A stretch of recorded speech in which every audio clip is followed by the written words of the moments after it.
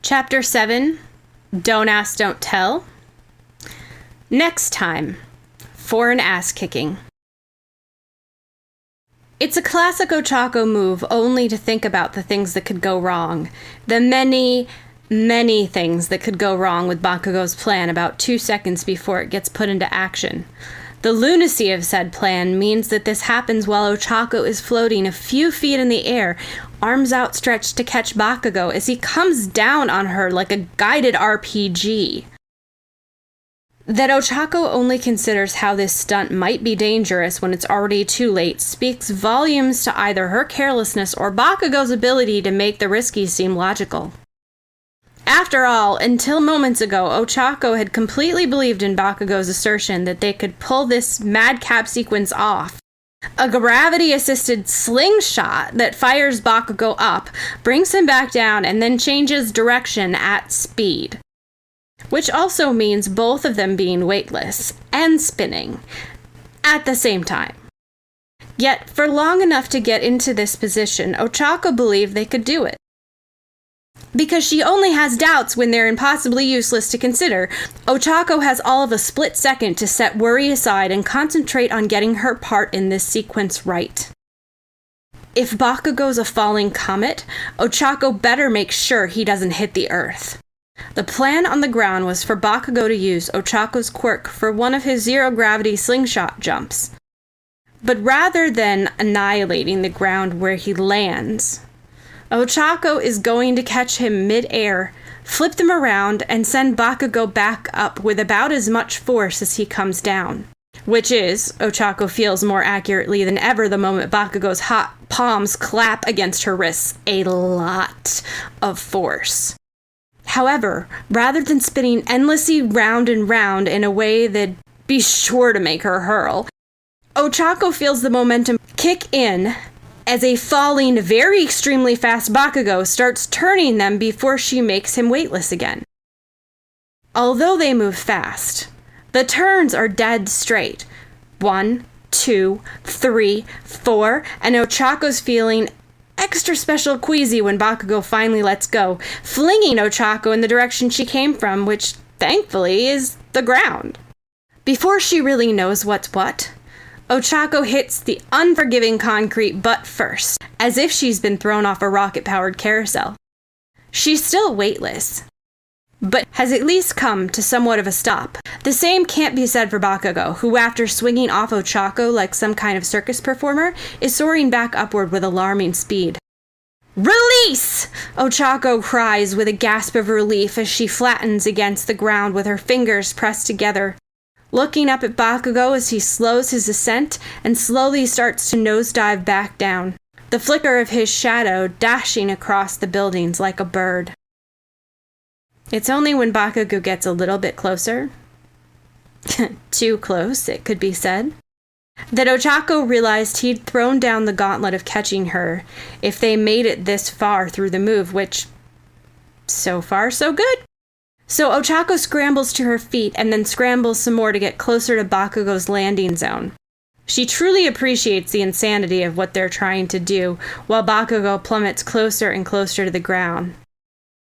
Then, following an instinct Ochako is learning to trust more and more, she activates her quirk and leaps into the air. Bakugo barely uses any firepower to guide his descent, so when Ochako meets him at the end of a speedy, weightless leap, she negates the larger part of his fall the second her hand touches the swell of bicep and activates her quirk. However, this isn't to say there's no movement when they collide, so Ochako quickly finds herself and Bakugo flying into a screwy tailspin that only stops when they hit something solid. In this case, a wall. Following precedent, Bakugo doesn't hesitate to make himself the crash mat that gets between Ochako and the wall. When they finally stop tumbling, Ochako realizes that the arm around her waist is Bakugo's, likewise the body attached to the rest of it. An inescapably firm body that's pressed against what feels like the entire length of Ochako's side, one knee tangled between her own to keep her clamped to him. With the arm that's not squeezing Ochako like the last bit of toothpaste out of the tube, Bakugo grabs onto a window frame and hangs on with a vice-like grip. Ochako's gaze meets Bakugo's, and in a way that's not at all concerned with the fiery exhilaration in his expression. He's pleased, because this is working. Discovers the very next moment the limit of her quirk has been reached. Ochako clamps a hand over her mouth as she feels acid rise in her throat, and at least has the wherewithal to turn to the side for what comes next. Releasing her quirk at the same time as the contents of her stomach, Ochako drops a couple meters to the ground and lands straight onto her hands and knees as she ungraciously barfs on the floor. It's exactly what she didn't want to happen, especially in front of Bakugo, who lands on his feet and goes back a step, but there's no way around it now. It's over quickly, like it usually is, but Ochako feels sheepish and embarrassed to have almost puked on Bakugo in such a clear demonstration of her limits. She'd wanted to be better than this, but her gut betrayed her. "I'm okay," she says, even though Bakugo didn't ask and probably doesn't care, or only to the point of thinking less of her for needing to state it. However, all Bakugo says is, "Your quirk?" And he doesn't even sound annoyed. Ochako nods at the ground, feeling even more bashful if that's at all possible. Big deal," Bakugo seems to scoff, brushing himself down for lingering smudges of dust from his contact with the wall. "So you threw up. Let's keep going." Only then does Ochako appreciate being with Bakugo in a way she wouldn't with anyone else. He's not a friend who would quite naturally express concern for her at a time like this. Bakugo doesn't seem to care one bit for Ochako's wellness after watching her hork her breakfast up. But it isn't a bad thing, the complete opposite, in fact. Instead of making a fuss, Bakugo doesn't ask if Ochako can carry on like he doubts it. He expects her to, because he knows she can. So Ochako goes for her bottle of water, spits and wipes her mouth like she's taking this seriously because that's what Bakugo expects, and he gets what he wants. She looks back to Bakugo to give him a determined nod. Okay.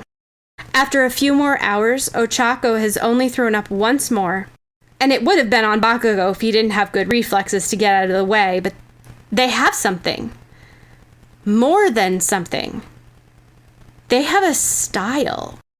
It's rough and messy, involves a lot more of Bakugo's airborne maneuverability than it should, and results in rather more landing on each other and grabbing than seems necessary, but even Ochako can feel it now.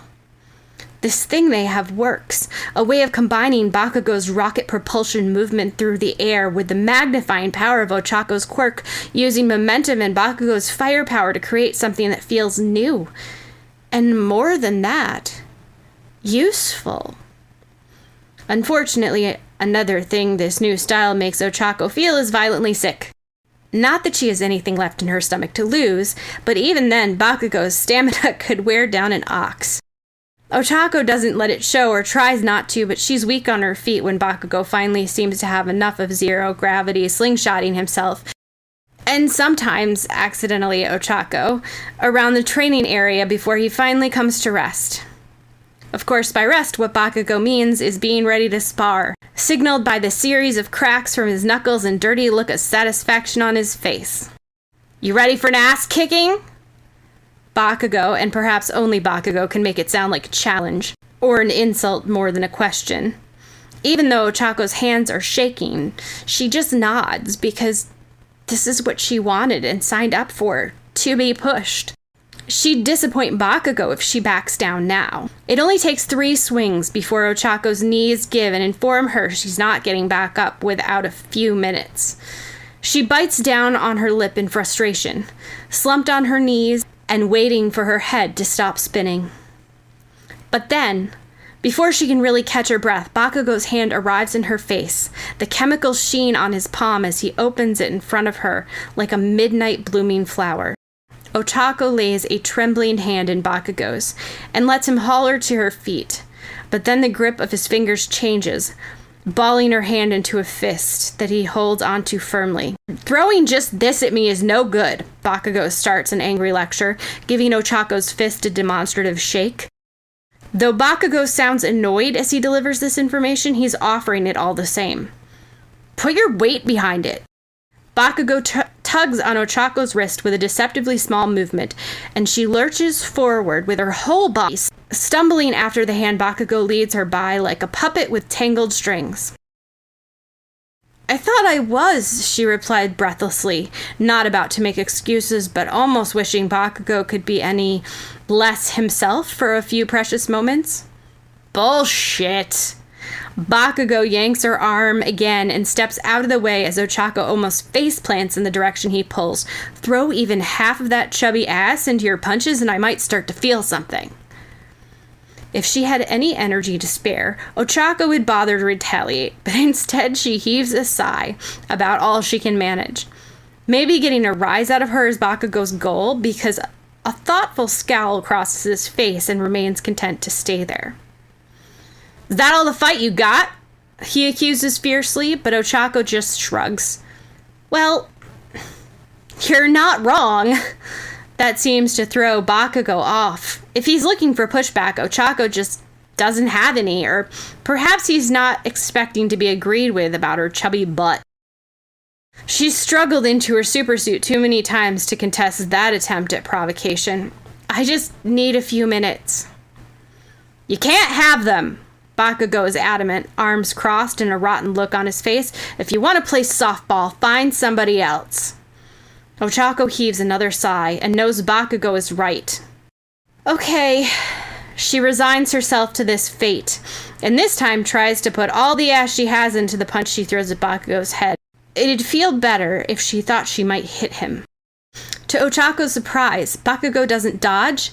He just puts up a flat palm and takes the force without his arm so much as twitching, swallowing Ochako's maximum power like a sea creature that eats fish like her for breakfast. "Better," Bakugo pronounces, eyes narrowing and his hands drops. "Just." For a moment, Ochako follows the movement of his hand as it falls to his side, eyes tracing the defined shape of his arms until she reaches his shoulders, and then a voice in her head goes, "Don't," and she stops. "Again," Bakugo demands. So Ochako throws the weight of her guilt along with the rest of her baby fat that hasn't shown any signs of being grown out of just yet. She aims lower, and just as before, Bakugo lets Ochako pummel his open palm, hot and clammy, against her knuckles. This time his arm bends, absorbing the force Ochako is surprised to find herself able to muster just because Bakugo says so, and knows only he could draw these last reserves out of her in a training session. Ochako doesn't wait this time, following one punch with another without hesitation, aiming for the joint of Bakugo's shoulder and thinking only half facetiously about following through with her chubby and all butt. For this all-out onslaught, Ochako succeeds in edging Bakugo back just a single step. The fact that he's just standing there taking it like a punching bag undermines the pretense of this being any kind of sparring. Bakugo's coaching her, adamant as he'd be to deny it. Like an older dog allowing the play fighting of a puppy until his patience wears out, Bakugo lets Ochako chain punches into him. Then at the exact moment he gets bored, grabs her by the elbow mid-hit and knocks her legs out underneath her. That her legs have all the stability of a 10-year-old matchstick model doesn't help, and in a hot second, Ochako's crumpled on the floor, waiting for her head to stop spinning. Bakugo doesn't even give her that. "Up," he demands, just after he's knocked her down. But Ochako rises like she's under a mind control quirk. The rushing in her ears isn't going away, nor the spinning of her head like they're still midair, whirling around like windmill blades, but she's here to be pushed. And if Ochako can't keep up with Bakugo now, then she's no good to anyone in the real world. So she has to keep going, even if she blacks out. But as it happens, that's exactly what Ochako does one punch later. "Are you?" is all Ochako hears of Bakugo's question, which surely couldn't end the way she thinks. But she never gets to find out. The second her fist hits Bakugo's palm, Ochako faints dead on her feet. End of chapter 7.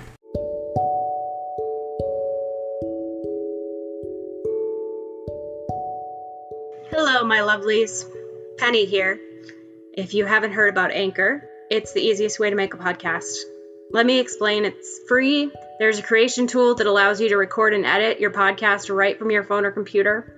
Anchor will distribute your podcast for you, so it can be heard on Spotify, Apple Podcasts, and many more. You can make money from your podcast with no minimum listenership. It's everything you need to make a podcast, all in one place. Download the free Anchor app or go to anchor.fm to get started.